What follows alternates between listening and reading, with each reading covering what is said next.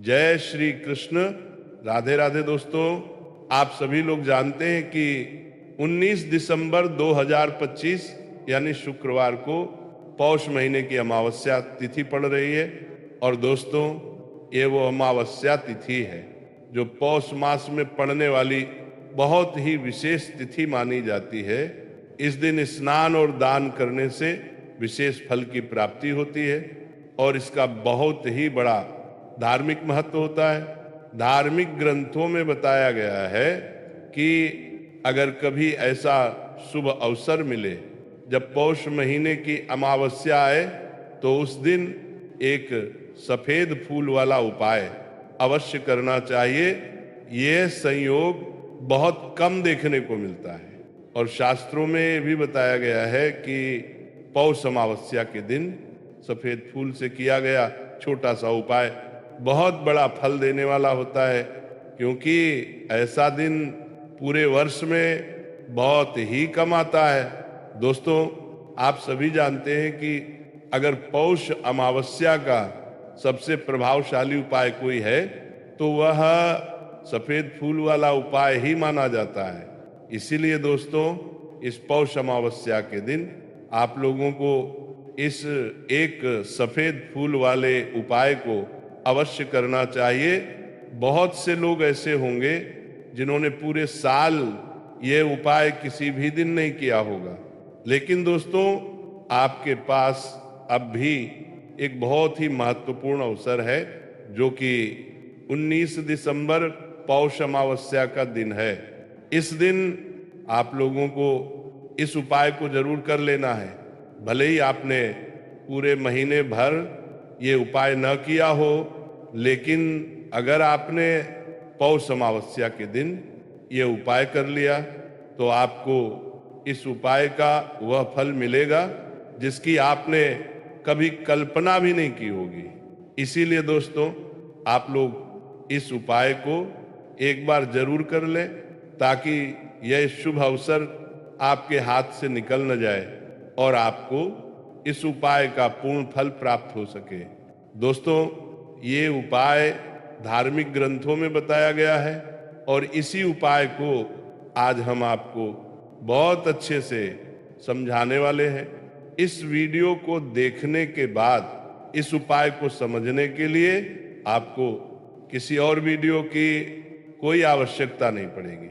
तो चलिए दोस्तों, अब उपाय को शुरू करते हैं। देखिए, पौष महीने की अमावस्या का दिन इतना खास होता है, इतना महत्वपूर्ण होता है कि कई बार बड़े बड़े पूजा पाठ और अनुष्ठान से जो मनोकामनाएं पूर्ण नहीं होती, वही मनोकामनाएं पौष अमावस्या के दिन एक छोटे से उपाय से पूर्ण हो जाती है। और बहुत से लोगों ने इस उपाय को किया भी है और उन्हें इस उपाय का फल अवश्य मिला है। अगर आप लोग भी ये उपाय करना चाहते हैं तो पहले इसे अच्छे से समझ लें, ध्यान से सुन लें और उसके बाद ही करें। आप देखेंगे आपको इस उपाय का फल निश्चित रूप से मिलेगा और इस उपाय को कर लेने से आपके घर में चाहे किसी भी प्रकार की दुख परेशानी क्यों न चल रही हो, भले ही आपको ये न पता हो कि वह समस्या किस कारण से चल रही है, कारण चाहे कुछ भी हो, पितृदोष या किसी प्रकार का ग्रह दोष, तो भी इस दिन किया गया ये उपाय उन प्रभावों को शांत करने में सहायक होता है। एक ऐसा उपाय है कि अगर इसे किसी विशेष दिन जैसे पौष अमावस्या पर किया जाए तो उस दिन का पुण्य फल तो मिलता ही है, लेकिन उस उपाय का फल उससे भी कई गुना अधिक मिलता है और फल बहुत जल्दी मिलने लगता है, क्योंकि आप इस उपाय को बहुत ही विशेष और शुभ दिन पर कर रहे होते हैं। तो चलिए दोस्तों, अब हम उपाय की विधि के बारे में बात करेंगे, लेकिन उससे पहले ये जानना बहुत जरूरी है कि ये उपाय किस समय करना है, कौन कर सकता है और कैसे करना है। इन सभी बातों को हम आपको आगे वीडियो में एक एक करके स्पष्ट रूप से बताएंगे और उससे पहले अगर आप हमारे चैनल पर पहली बार आए हैं या मेरी आवाज़ आज पहली बार सुन रहे हैं, तो चैनल को सब्सक्राइब जरूर कर लें, वीडियो को लाइक करें और कमेंट बॉक्स में हर हर महादेव अवश्य लिख दें। तो दोस्तों, अब ये समझ लेते हैं कि इस एक सफेद फूल वाले उपाय को पौष अमावस्या के दिन कैसे करना है, किसको करना है, किस समय करना है और कहां पर करना है, इन सभी सवालों के जवाब आपको इसी वीडियो में मिल जाएंगे। और जो व्यक्ति ये वीडियो देखेगा उसे यह एक सफेद फूल वाला उपाय अवश्य करना चाहिए, क्योंकि इस दिन सफेद फूल का बहुत ही बड़ा और विशेष महत्व होता है। और जब बात सफेद फूल की आती है तो ये सोने पर सुहागा वाली बात हो जाती है। इसीलिए यह उपाय पौष अमावस्या के दिन एक बहुत ही प्रभावशाली उपाय माना जाता है। अब दोस्तों, सबसे पहले ये समझ लेते हैं कि ये उपाय किसको करना है। तो देखिए, घर का जो बड़ा और मुख्य सदस्य होगा उसी व्यक्ति को यह उपाय करना है।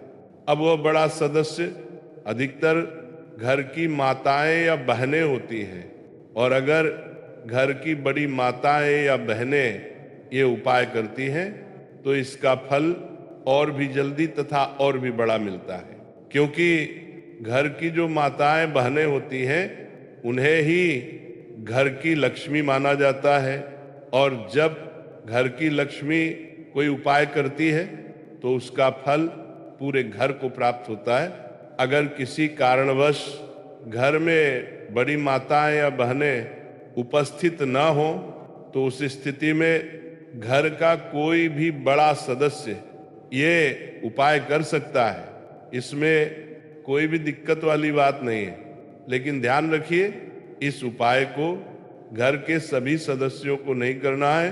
घर में से कोई एक ही बड़ा और मुख्य सदस्य अगर यह उपाय करता है तो उसका फल पूरे घर परिवार को मिल जाता है, और आपके जीवन में जो भी समस्याएं चल रही होती हैं वे धीरे धीरे दूर होना शुरू हो जाती हैं। अब ये बात आपको अच्छी तरह समझ आ गई।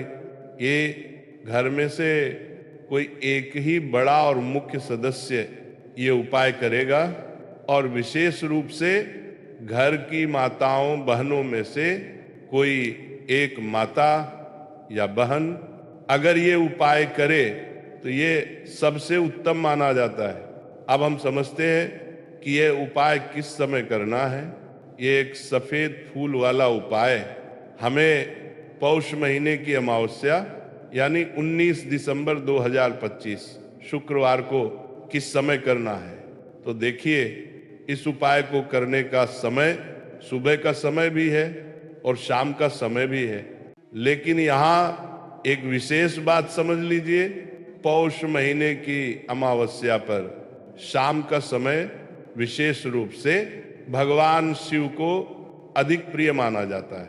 इसलिए आप चाहें तो ये उपाय सुबह के समय भी कर सकते हैं। सुबह के समय अगर आप ये उपाय 10 बजे तक भी कर लेते हैं तो भी आपको इसका फल अवश्य मिलेगा। और अगर आप ये उपाय शाम के समय करना चाहते हैं तो कोशिश करें कि प्रदोष काल के आसपास यानी शाम 6 बजे से 7 बजे के बीच ये उपाय कर लें। अब ये बात आपको साफ समझ में आ गई होगी कि आप इस उपाय को सुबह या शाम दोनों में से किसी एक समय कर सकते हैं, लेकिन उपाय सिर्फ एक ही बार करना है। सुबह और शाम दोनों समय नहीं करना है। आपको जो समय अच्छा और सुविधाजनक लगे उसी समय पर ये उपाय कर लीजिए। ये उपाय आपके जीवन में धन धान्य की वृद्धि करता है, साथ ही आपके अंदर ओज और तेज को बढ़ाता है। अगर आप व्यापार या नौकरी में किसी कारणवश रुके हुए हैं, सफलता नहीं मिल पा रही है, तो इस उपाय के प्रभाव से आपको सफलता के मार्ग खुलते हुए दिखाई देंगे और आपके जीवन में चल रही सारी समस्याओं और संकटों का धीरे धीरे अंत होने लगता है। तो चलिए दोस्तों, अब हम जानते हैं पहले विशेष उपाय के बारे में। इस उपाय के लिए आपको सबसे पहले एक सफेद रंग का फूल लेना है, क्योंकि सफेद रंग का फूल भगवान शिव को अत्यंत प्रिय होता है। इसलिए आपको सिर्फ एक सफेद रंग का फूल ले लेना है। अगर आपके पास सफेद रंग का फूल उपलब्ध नहीं है तो आप शिवलिंग पर चढ़े हुए सफेद रंग के फूल को उठाकर स्वच्छ जल से शुद्ध करके फिर से शिवलिंग पर अर्पित कर सकते हैं। बस आपको एक बात का विशेष ध्यान रखना है, जो सफेद फूल आप लें वह केतकी का फूल नहीं होना चाहिए। केतकी के अलावा आप कोई भी सफेद रंग का फूल उसकी जगह उपयोग कर सकते हैं। इसके बाद आपको एक चावल का दाना लेना है। ध्यान रखें, चावल का दाना कहीं से भी टूटा या खंडित नहीं होना चाहिए। इसके साथ ही आपको एक बेलपत्र भी लेना है। अगर आपके पास बेलपत्र उपलब्ध नहीं है तो आप शिवलिंग पर चढ़ा हुआ बेलपत्र उठाकर स्वच्छ जल से शुद्ध करके फिर से उपयोग कर सकते हैं। अब सबसे अंत में आपको एक लोटा जल लेना है। लोटा तांबे का होना चाहिए और जल हमेशा की तरह आपको अपने घर के किचन से ही लेना है। अब ये सारी सामग्री लेकर आपको शिवालय पहुंच जाना है। शास्त्रों में बताया गया है कि अगर ये उपाय शाम के प्रदोष काल में किया जाए तो ये अत्यंत उत्तम फल देता है। अब देखिए, आपके पास जो तीनों सामग्री है, सफेद फूल, चावल का दाना और बेलपत्र, इन तीनों को आपको शिवलिंग के सामने उसी एक लोटे जल में एक एक करके डाल देना है। अब ये एक लोटे का जल मिश्रण तैयार हो गया। अब इस जल को आप धीरे धीरे शिवलिंग पर समर्पित करें और जल अर्पित करते समय लगातार नमः शिवाय या श्री शिवाय नमस्तुभ्यम, इन दोनों में से किसी एक मंत्र का स्मरण करते रहें। ध्यान रखें, जल बिल्कुल धीरे धीरे समर्पित करना है और जल अर्पित करते हुए कम से कम 108 बार मंत्र का जप अवश्य करें। आप नमः शिवाय का भी जप कर सकते हैं या श्री शिवाय नमस्तुभ्यम का भी।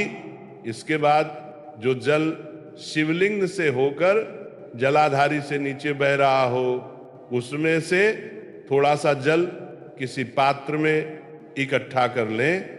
आप चाहें तो उसी खाली लोटे में इस जल को इकट्ठा कर सकते हैं और इस जल को महादेव से प्राप्त अमृत स्वरूप मानकर ग्रहण करें।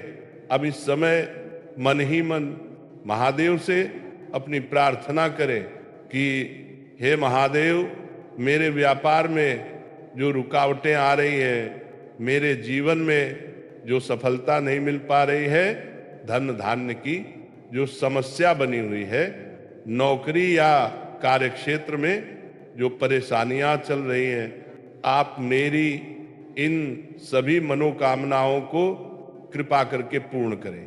अपनी जिस भी मनोकामना के लिए आप ये उपाय कर रहे हैं, उस मनोकामना का स्मरण करते हुए इस जल को अमृत स्वरूप स्वीकार कर लें। अब इस जल को आप अपने घर लेकर आ जाएं। अगर आपके घर में लड़ाई झगड़ा या अशांति अधिक रहती है तो इस जल का छिड़काव घर के प्रत्येक कोने में कर दें। बस ध्यान रखें, किसी भी अशुद्ध स्थान पर इस जल का छिड़काव नहीं करना है। घर के हर कोने में शांत भाव से इस जल का छिड़काव करें। इसके साथ साथ आप खुद भी इस जल का आचमन कर लें और घर के अन्य सदस्यों को भी थोड़ा थोड़ा इस जल का आचमन करवा दें। अगर आप अपने व्यापार में सफलता चाहते हैं या नौकरी में उन्नति चाहते हैं या जहां आपका नुकसान हो रहा है, तो उस स्थान पर भी इस जल का हल्का सा छिड़काव कर दें। और अगर आपकी कोई व्यक्तिगत समस्या है तो स्वयं इस जल का आचमन कर लें। शास्त्रों में बताया गया है कि जो व्यक्ति इस जल का अपने घर में छिड़काव करता है और स्वयं आचमन करता है, उसकी बड़ी से बड़ी मनोकामना भी महादेव की कृपा से बहुत शीघ्र पूर्ण होने लगती है। अब जानते हैं दूसरे खास उपाय के बारे में। देखिए, ये उपाय भी आपके जीवन में आने वाले संकटों को दूर करने के लिए, धन, व्यापार और नौकरी को सही दिशा में चलाने के लिए बहुत प्रभावशाली माना जाता है। इस उपाय के लिए आपको सिर्फ एक दीपक लेना है। दीपक आप मिट्टी का ले सकते हैं या फिर शुद्ध आटे से अपने घर पर दीपक तैयार कर सकते हैं। इस दीपक में आपको लंबी रुई की बत्ती का ही प्रयोग करना है। शास्त्रों में बताया गया है कि जब हम दीपक में लंबी रुई की बत्ती का प्रयोग करते हैं तो इससे धन धान्य में वृद्धि होती है, वंश में उन्नति होती है और जीवन में तरक्की आना शुरू होती है। इसलिए आपको लंबी रुई की बत्ती का ही प्रयोग करना है। अब इस दीपक में आपको शुद्ध देसी घी का ही उपयोग करना है। इसके साथ आपको एक मुट्ठी चावल के दाने ले लेने हैं। अब ये सारी सामग्री लेकर आपको किसी बेल पत्र के वृक्ष के नीचे पहुंच जाना है। वहां पहुंचकर सबसे पहले आप दीपक को बेलपत्र के वृक्ष के नीचे रख दें। अब जो चावल के दाने आप लेकर गए हैं, उन्हें बेलपत्र के वृक्ष की जड़ के आसपास अर्पित कर दें और इन्हीं चावल के दानों के ऊपर इस दीपक को स्थापित कर दें। ध्यान रखें, दीपक की बत्ती का मुख उत्तर दिशा की ओर होना चाहिए। उत्तर दिशा की ओर मुख करके इस दीपक को वहीं पर प्रज्वलित कर दें। इसके बाद आप उसी बेलपत्र के वृक्ष के नीचे बैठ जाएं और कम से कम 108 बार इन मंत्रों में से किसी एक मंत्र का जप करें। नमः शिवाय या श्री शिवाय नमस्तुभ्यम जप करते समय मन ही मन महादेव से प्रार्थना करें कि मेरे जीवन में जो धन की समस्या चल रही है, जो व्यापार में रुकावटें हैं या नौकरी से जुड़ी जो परेशानियां हैं, वे सभी आपकी कृपा से दूर हो जाए। इसके बाद शांत मन से अपने घर लौट आए। शास्त्रों में बताया गया है कि इस उपाय को लगातार 5 सोमवार करने से इसके फल दिखना शुरू हो जाते हैं। अब जानते हैं तीसरे और अंतिम उपाय के बारे में। यह उपाय आपके जीवन की लगभग हर बड़ी समस्या को समाप्त करने वाला माना गया है। चाहे धन की समस्या हो, व्यापार में रुकावट हो, नौकरी नहीं मिल पा रही हो या आप अपने जीवन में ओज और तेज की वृद्धि चाहते हो, यह उपाय इन सभी स्थितियों में बहुत उपयोगी माना जाता है। इस उपाय के लिए आपको 1 लोटा जल लेना है। लोटा तांबे का होना चाहिए और जल हमेशा की तरह अपने घर के किचन से ही लेना है। इसके साथ आपको एक साबुत हरा मूंग का दाना लेना है, जिसे खड़ा मूंग कहा जाता है। फिर आपको एक साबुत चावल का दाना लेना है और सबसे अंत में थोड़ा सा गुड़ ले लेना है। 1 या 2 टुकड़ा पर्याप्त है। अब ये सारी सामग्री लेकर आपको शिवालय पहुंच जाना है। यह उपाय आप प्रदोष काल में या उसके बाद किसी भी समय कर सकते हैं। शिवालय पहुंचने के बाद जो सामग्री आपके पास है, गुड़ का टुकड़ा, हरा मूंग का दाना और चावल का दाना, इन सभी को आप उसी 1 लोटे जल में मिला दें।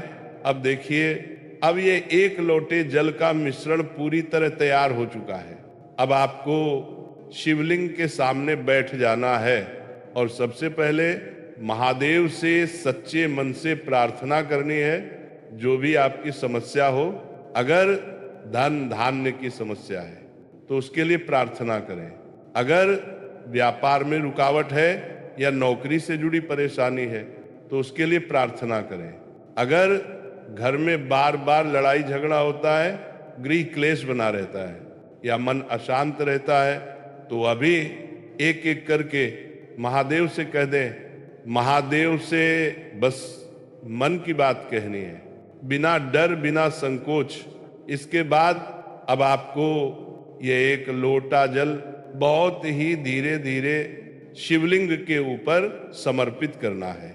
जल अर्पित करते समय कम से कम 21 बार या जितना समय मिले इन मंत्रों में से किसी एक मंत्र का स्मरण करते रहे। नमः शिवाय या श्री शिवाय नमस्तुभ्यों। जल समर्पण पूरा होने के बाद थोड़ी देर वही शिवलिंग के सामने शांत मन से बैठ जाएं। फिर एक बार फिर महादेव से प्रार्थना करें कि आप मेरे जीवन के संकटों को दूर करें और मुझे सही मार्ग दिखाएं। इसके बाद शांत भाव से अपने घर लौट आएं। शास्त्रों में बताया गया है कि जो भी व्यक्ति इस प्रकार से इस उपाय को करता है, उसके जीवन में ओज और तेज की वृद्धि होती है। जीवन के बड़े बड़े संकट समाप्त होने लगते हैं और उसे सुख, समृद्धि और वैभव की प्राप्ति होती है। तो दोस्तों, ये थे पौष महीने की अमावस्या के दिन किए जाने वाले कुछ बहुत ही विशेष और प्रभावशाली उपाय। अगर जानकारी आपको अच्छी लगी हो तो वीडियो को लाइक जरूर कर देना। फिर मिलते हैं एक नए वीडियो के साथ। जय श्री कृष्ण, राधे राधे।